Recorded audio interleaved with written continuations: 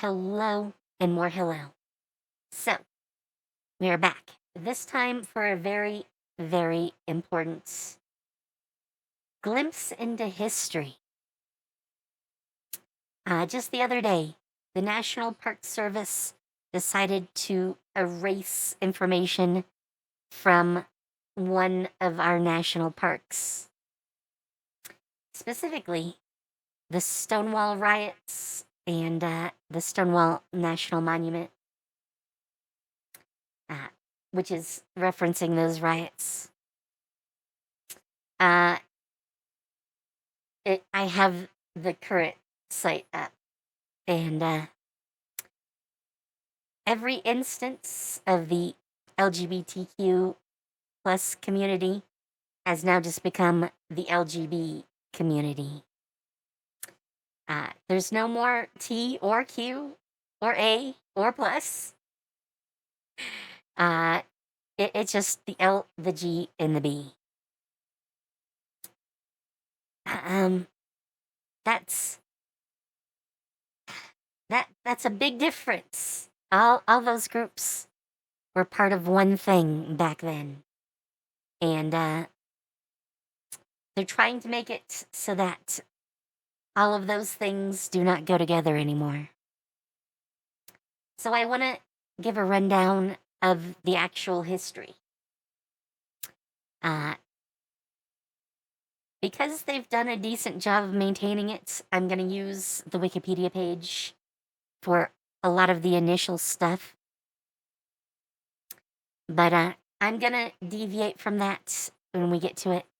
I have some audio that we're going to play and listen to, especially from some of the people that were there. But the reason I'm doing this video is because some people I know have actually never heard of the Stonewall Riots. In fact, my parents were in high school during the Stonewall Riots, and none of them ever heard about the Stonewall Riots or what they led to.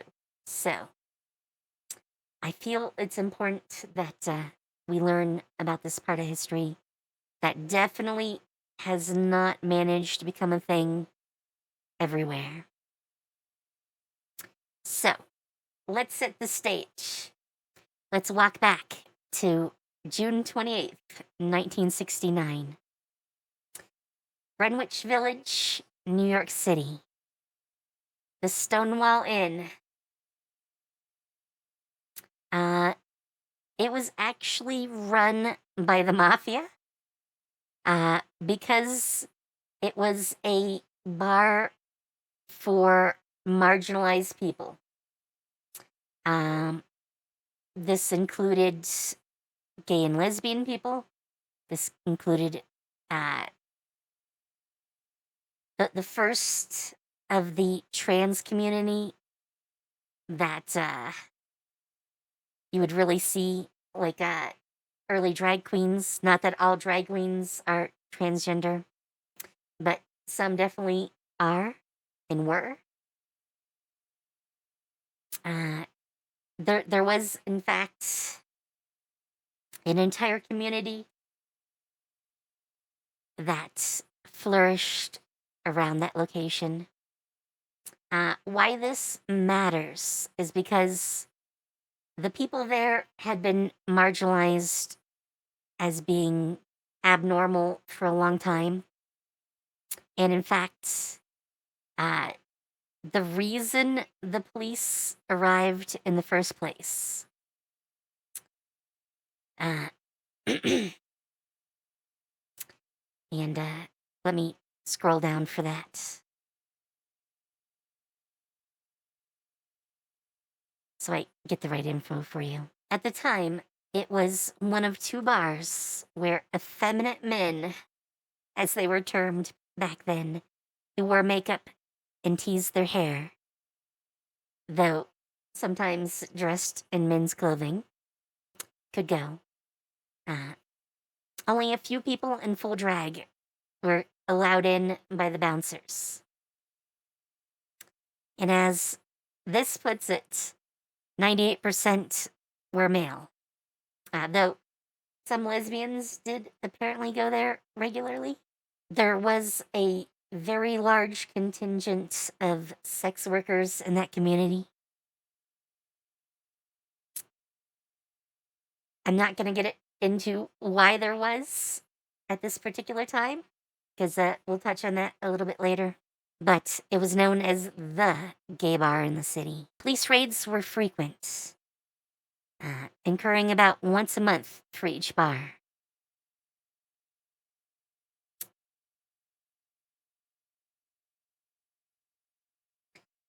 Bar management usually knew about raids beforehand due to police tip-offs, and raids occurred early enough in the evening that business could commence after the police had finished. During a typical raid, the lights were turned on and customers were lined up and their identification cards checked. Those without identification or dressed in full drag were arrested. Others were allowed to leave. Some of the men, including those in drag, used their draft cards as an identification. Women were required to wear 3 pieces of feminine clothing and would be arrested if found not wearing them. Typically, employees in management of the bars were also arrested. At 1:20 a.m. on Saturday, June 28th, 1969, 4 plainclothes policemen in dark suits, 2 patrol officers in uniform, Detective Charles Smith and Deputy Inspector Seymour Pine, arrived at the Stonewall Inn's double doors and announced police were taking the place. 2 undercover policewomen and 2 undercover policemen entered the bar early that evening to gather visual evidence. As the public morals squad waited outside for the signal. Once ready, the undercover officers called for backup from the 6th precinct using the bar's pay telephone. Stonewall employees do not recall being tipped off that a raid was to occur that night, as was the custom. The music was turned off and the main lights were turned on. Approximately 200 people were in the bar that night. Patrons who had never experienced a police raid were confused. A few who realized what was happening began to run for doors and windows in the bathrooms, but police barred the doors. The raid did not go as planned. Standard procedure was to line up the patrons, check their identification, and have female police officers take patrons they perceived to be women to the bathroom to verify their sex. The officers would then arrest any trans women or drag queens. The women refused to go with the officers, and the men in line refused to produce their identification. The police decided to take everyone present to the police station. After separating those they suspected of cross-dressing in a room in the back of the bar. All parties involved recall that a sense of discomfort spread very quickly. Started by police, who assaulted some of the lesbians by feeling some of them up inappropriately while frisking them. The police were to transport the bar's alcohol in patrol wagons. 28 cases of beer and 19 bottles of hard liquor were seized. But the patrol wagons had not yet arrived, so patrons were required to wait in line for about 15 minutes. Those who were not arrested were released from the front door, but they did not leave quickly as usual. Instead, they stopped outside and a crowd began to grow and watch. Within minutes, between 100 and 150 people had congregated outside. Some after they were released from inside the Stonewall, and some after noticing the police cars in the crowd. Although the police forcefully pushed or kicked some patrons out of the bar, some customers released by the police performed for the crowd by posing and saluting the police in an exaggerated fashion. The crowd's applause encouraged them further. When the first patrol wagon arrived, Inspector Pine recalled that the crowd, most of whom homosexual had grown to at least 10 times the number of people who were arrested, and they had become very quiet. Confusion over radio communication delayed the arrival of a second wagon. The police began escorting mafia members into the first wagon, to the cheers of the bystanders. Next, regular employees were loaded into the wagon. A bystander shouted gay power. Someone began singing We Shall Overcome, and the crowd reacted with amusement and general good humor, mixed with growing and intensive hostility.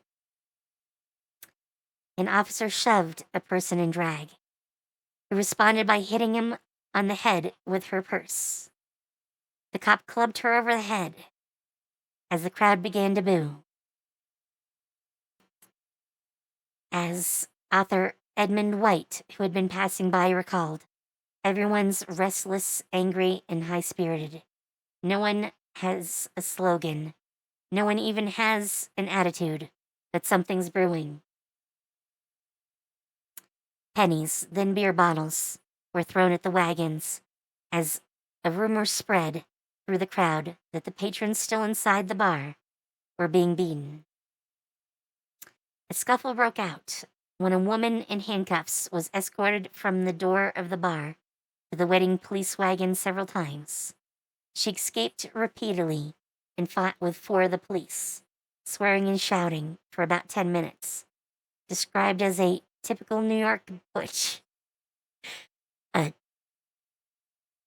You know what? I'm not going to repeat that. You can read it.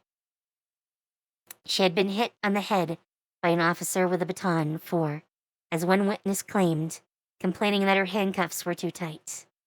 Bystanders recalled that the woman, whose identity remains unknown,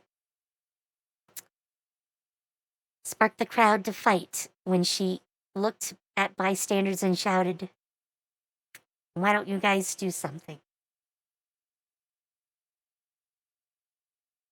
After an officer picked her up and heaved her into the back of the wagon, the crowd became a mob and became violent. I'm not going to read literally all of this, but it really did become a proper riot. The police were outnumbered by the community, which was about 500 to 600 strong. At least one particular woman, Marsha P. Johnson,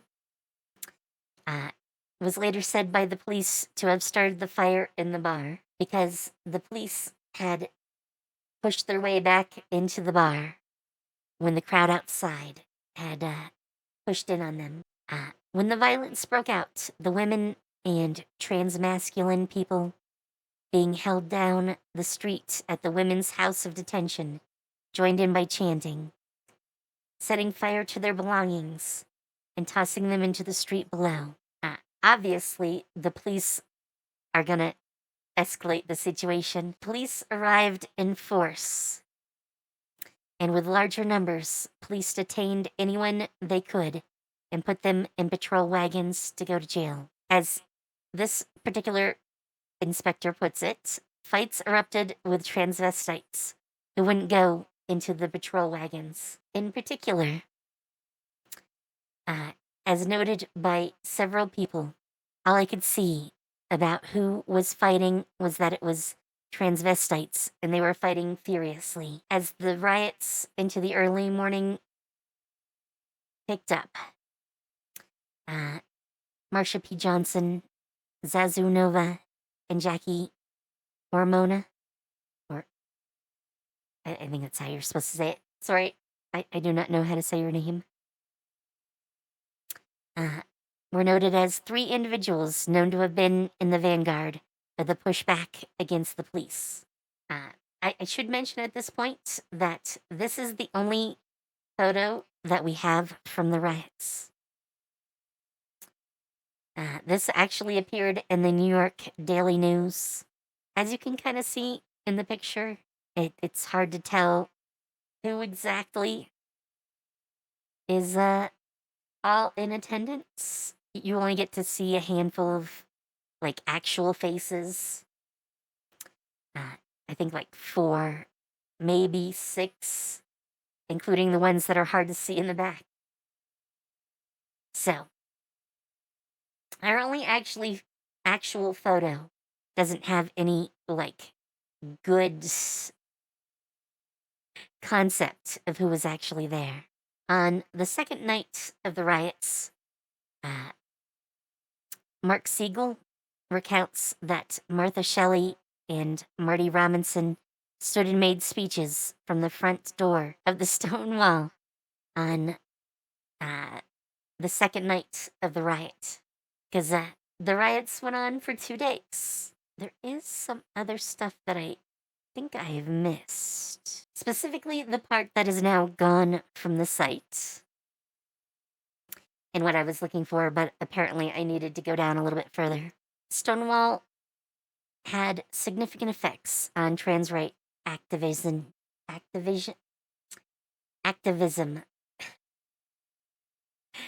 Sylvia Rivera and Marsha P. Johnson uh, established the Street Transvestite Action Revolutionaries Organization after the riots, as they believed that trans people weren't being adequately represented in the Gay Activists Alliance and the Gay Liberation Front.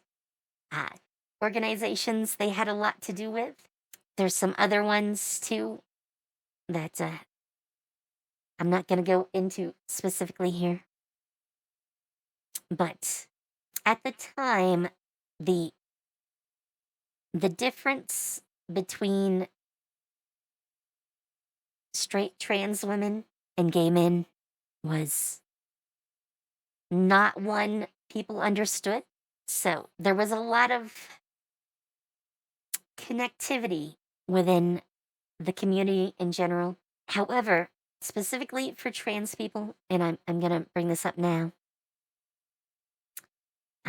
a lot of the people that were trans that were there, well, now that we understand as trans, they were usually just considered drag queens at the time, or transvestites, or whatever other language people came up with.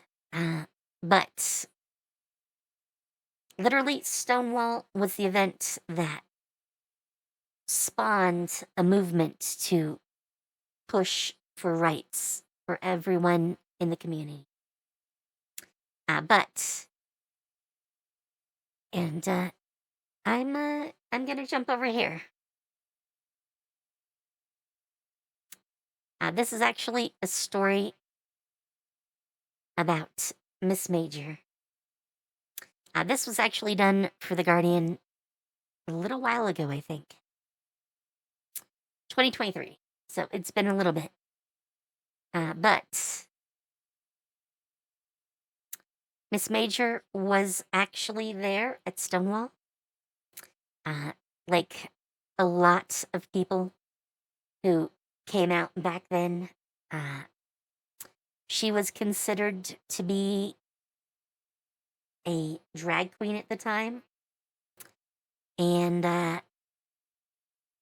not being a proper job, well, not being a proper woman meant that those people couldn't get normal jobs.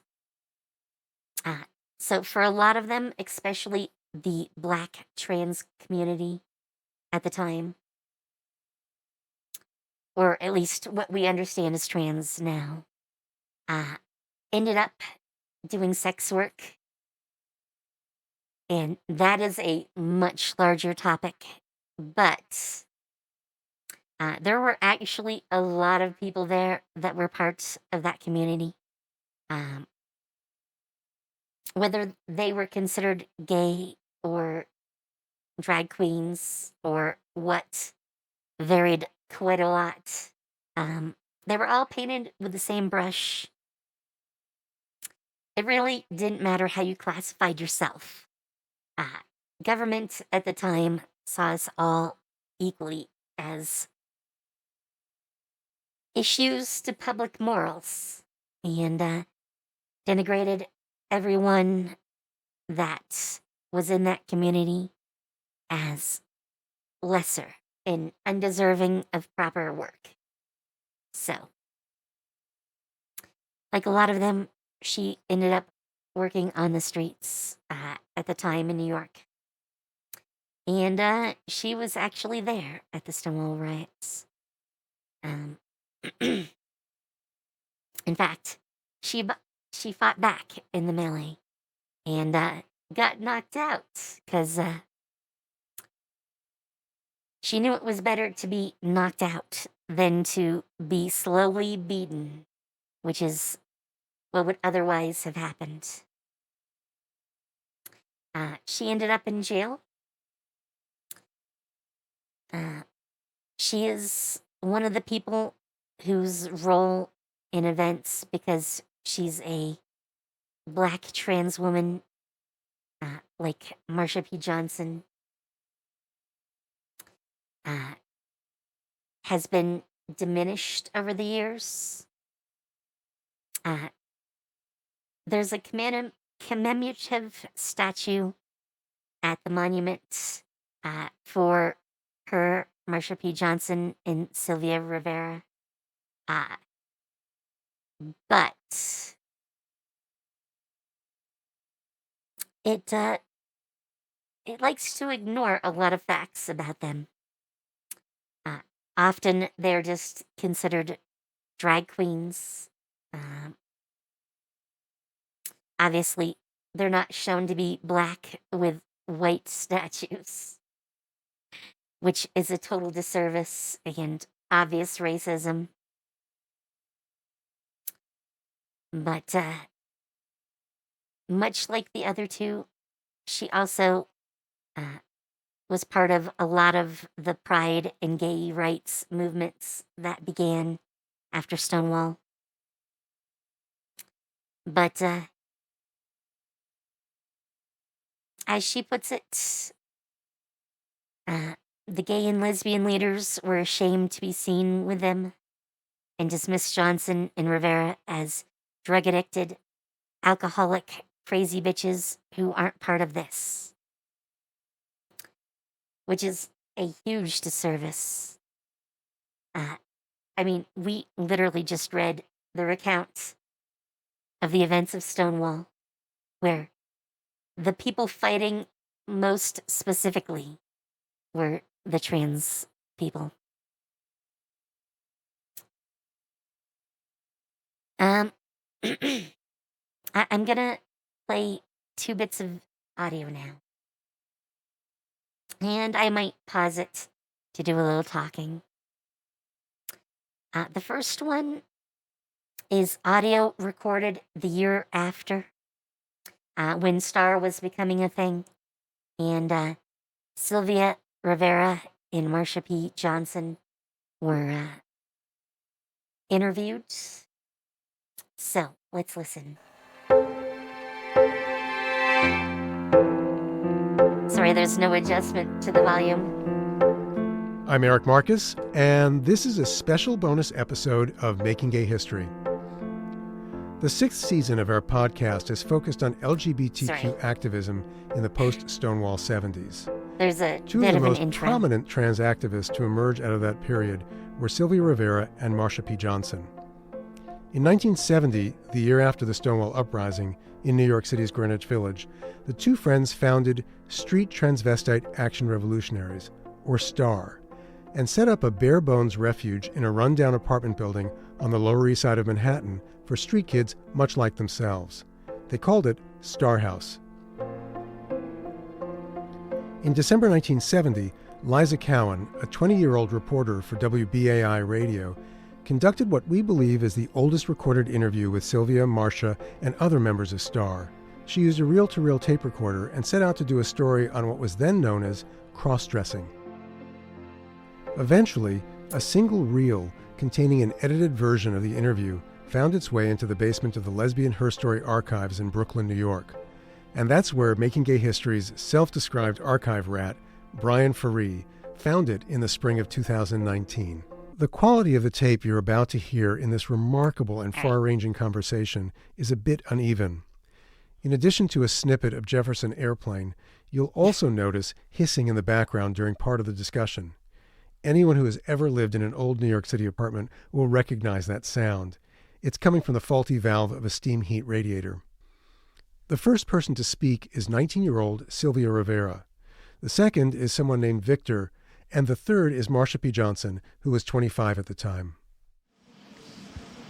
Before my mother passed away, like my first 3 years, my mother used to dress me in girls' clothes, and my grandmother kept on buying like little blouses and girls' slacks until about I was 6 or 7 years old before I went into school. Then she started dressing me in boys' clothes. During that period, that's when I discovered my homosexuality, was like, watching television and placing myself in the role of the female, or just placing myself as another boy in the male's arms, and the man that was playing such a fantastic love role in the television.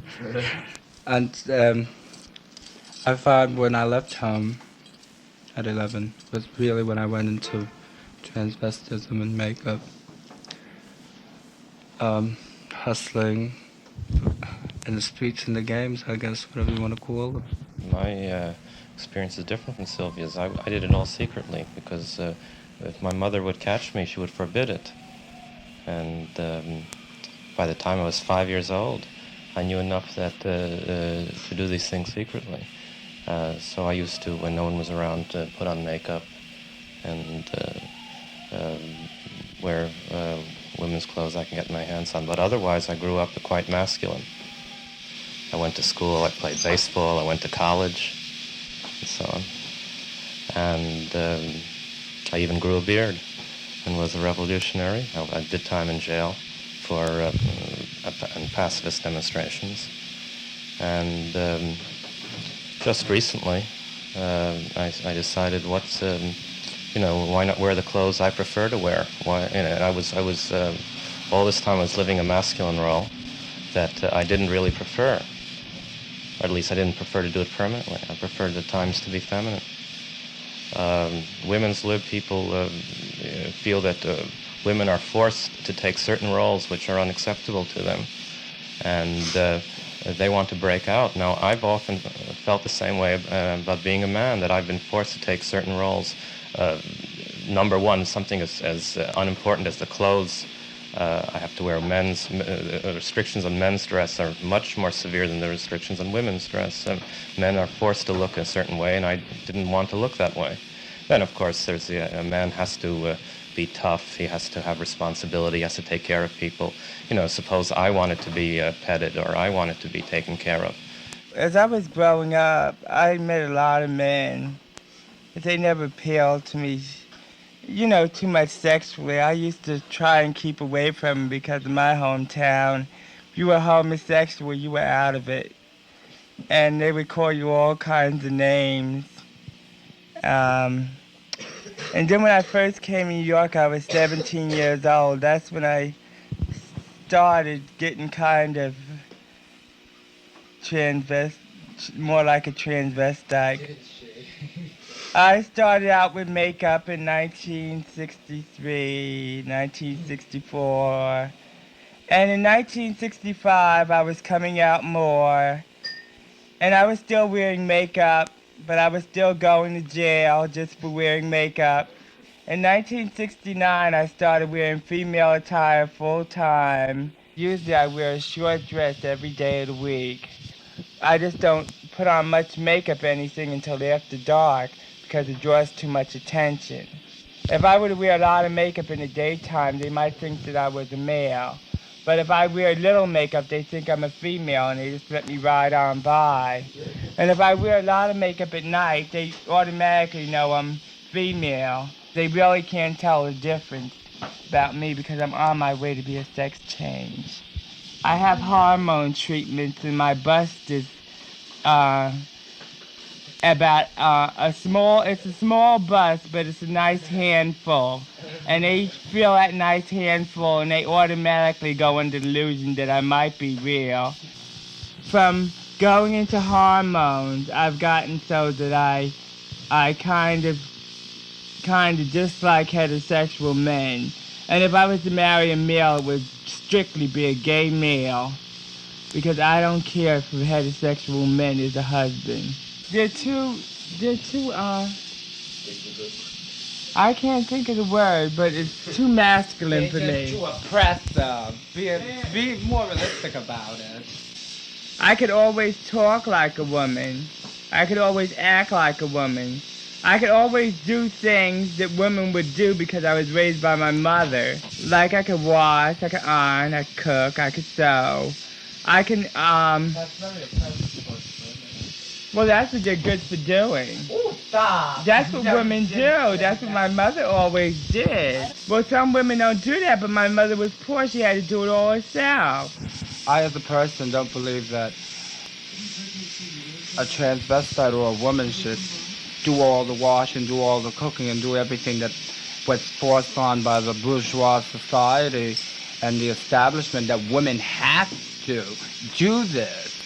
I don't believe in that. That's all a lot of baloney. If you have a lover or you have a friend that you really care for, you split everything down 50-50. If you don't feel like doing it, you just don't do it. Let him do it. Because this is what we're all trying to get across. Men are oppressive. They just oppress you in all different ways. All transvestites have a very feminine image. Some of it is Marilyn Monroe type of sex spot. Some of it is a motherly figure. Mine was a fashion model. Girls have always told me that they have trouble at night. Men bother them. We do too. Well, I never believed them until I went out in the street in drag for the first time. And the first time I decided to be best at night, people couldn't see me very clearly. I went out and men start following me and they make lewd remarks to me in my ear. I got so scared. I've met many of men through my hustling experiences that were transvestites but were married. They were supposed to be heterosexual males. At this time, like, I would be dressed in unisex clothes and flamboyant hairstyles and makeup and the whole bit, you know. And they would come up and proposition me. And I was, you know, they would like to wear my female clothing. Or either go with me to a store and help them shop so they can come to my house and I show them how to dress and put on the makeup and whatnot. They would just get their kicks, their sexual satisfaction by being in female clothing. Like, I never knocked them, I just don't understand it. I knew a person that was a female impersonator on stage, transvestite. And she was forced into coming out to the public and saying, well, I'm a heterosexual male, not a homosexual. I think if these men would get their heads together and start facing this, and it's really beautiful because it's like the same thing a homosexual transvestite has to go through with telling their family. Like, my grandmother completely freaked out for a number of years until she just recently has to be satisfied that I'm going to be my way. And then now she calls me Sylvia, I'm her dear granddaughter, I'm all this, you know. Society keeps on saying you can't do this because this isn't your role. Who is to tell who what role we're supposed to take? I was at a demonstration when the gay people charged the United States with genocide. And this person wrote a paragraph or more, you know, short thing on when the street people and transvestites appeared on the scene. So right away he throws everything on me and he starts off, Mr. Ray Rivera. Mr. Rivera likes to be called by his transvestite friends as Sylvia. This is very oppressive. Everyone calls me Sylvia. My name is, I've had this name for 9 years, straight or gay. Even on my job, the women that I used to work with called me Sylvia. And like, it's not just transvestites that call me Sylvia or consider me or treat me as she. This is what people respect you. This is respect. Like, Marsha was written up in the same article, a black male transvestite. Why does he have to say what you're going to just say transvestite? Do not, it's not he, or if he doesn't want to put down she. Because I think whatchamacallit, if he's gonna write, he shouldn't classify people. Just say transvestite, the transvestite brigade showed up or whatever. But he did very wrong, like to classify people like me as Mr. Ray Rivera. Because he knows me from Gay Activist Alliance when I first joined there. I was there when GA first started, 4 months, when it was 4 months old. Like I made a phone call from Jersey. It's like, do you accept transvestites? At that time, I was still using the word drag queen. I said, do you accept drag queen? Sure, come on down. So my friends and I tipped down there to the meeting from Jersey. And we walk in, we took a peek. Here was nothing but butch male homosexuals that always oppressed transvestites. And we were very flamboyant with the makeup and everything, tipping in, really looking beautiful. So we walked away, we walked up the block, and we came back and we peeked in some more. And we said, no, let's go home. We walked about 5 blocks and said, no, let's go in and freak them out for the hell of it. So we walked in and what's your name? At the table you had to write your name. I said, my name is Sylvia. He says, what is your name? I said, I'm Sylvia. He says, well, we can't accept that name. So I wrote down Sylvia Lee Rivera, and in parentheses, I have the habit of putting Ray Rivera, my real name.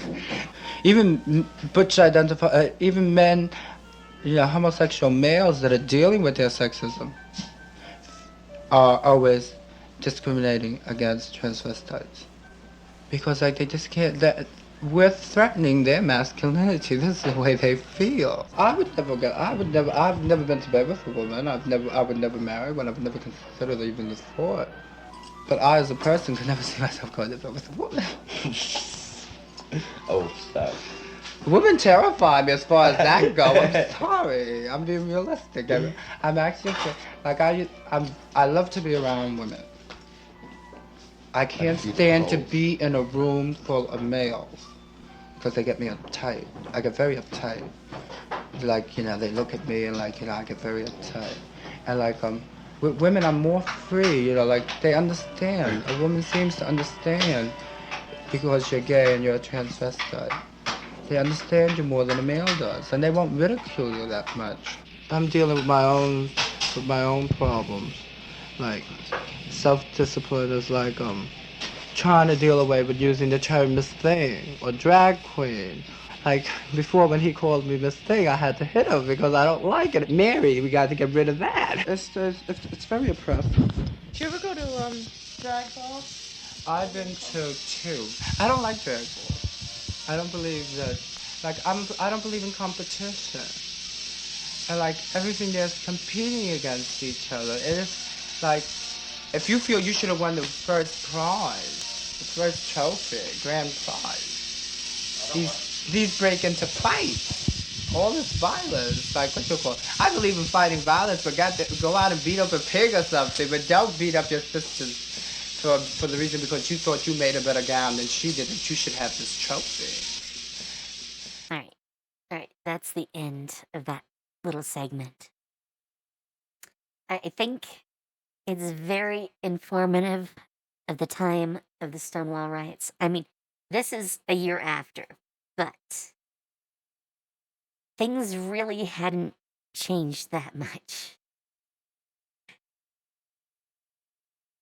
So, I think it's a very good look into how things looked back then. However, I have a more recent video with Sylvia. This is from 2001. So, it's been a bit. It has been a bit. Let me full screen this. And we'll give it a listen. This is her take looking back. Can you introduce yourself? My name is Sylvia Rivera. I'm co-founder of Street Transvestite Action Revolutionaries, which is now Street Transgender Action Revolutionaries. And my co-founder was Marsha P. Johnson. What about the issues of that there's a lot of organizations that have included T in their bill, like lesbian, gay, bi, and trans. Is there real inclusiveness, or is it or just a smokescreen? How do you feel about that? No, that's the bottom line. It's a big smoke screen. This movement has become so capitalist. It is a capitalist movement. I see this movement becoming a straight gay movement that only believes in that almighty dollar. Now, what kind of logic is this? I don't understand. We do not owe the straight community a damn thing, so why should we be giving them our money? I feel highly offended. So, what is the purpose of us, not us, because this is no longer my pride. I gave them their pride, but they have not given me mine. But what is the purpose of them celebrating their pride and giving straight people who still really don't accept the community, the gay and lesbian community, for what they are, but they want that almighty dollar of ours?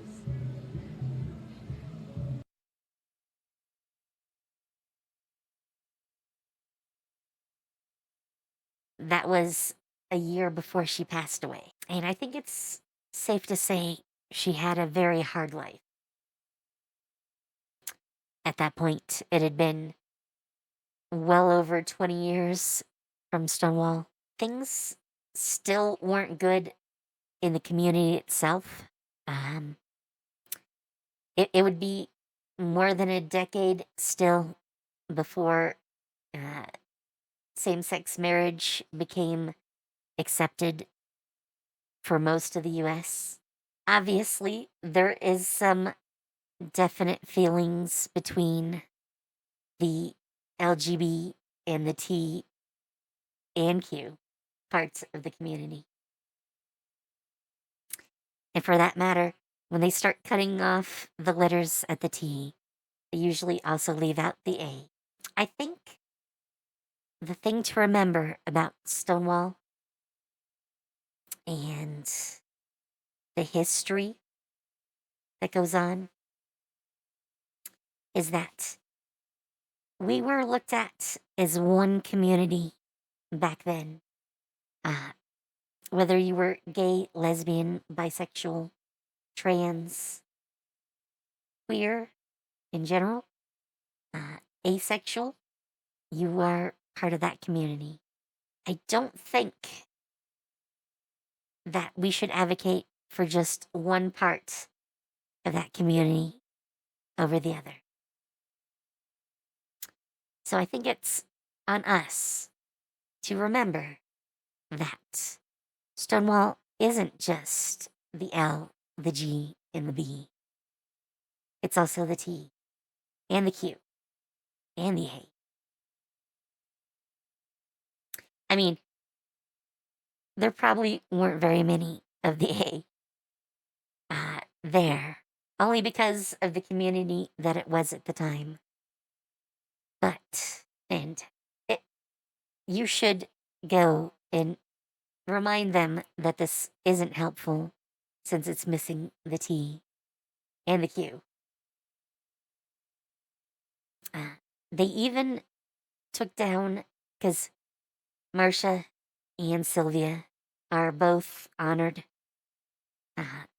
as well as Miss Major that I mentioned earlier at the monument. None of them now remember on those monuments that those three women are trans.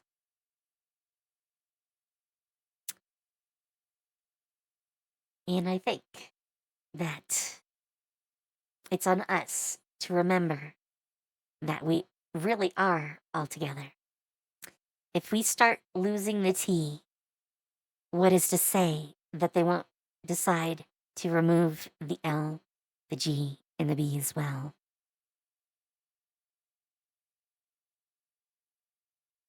And I think that's where I'm going to leave you for today. Hopefully, you found this interesting. So, with that, have fun, take care, and I'll see you later. Bye.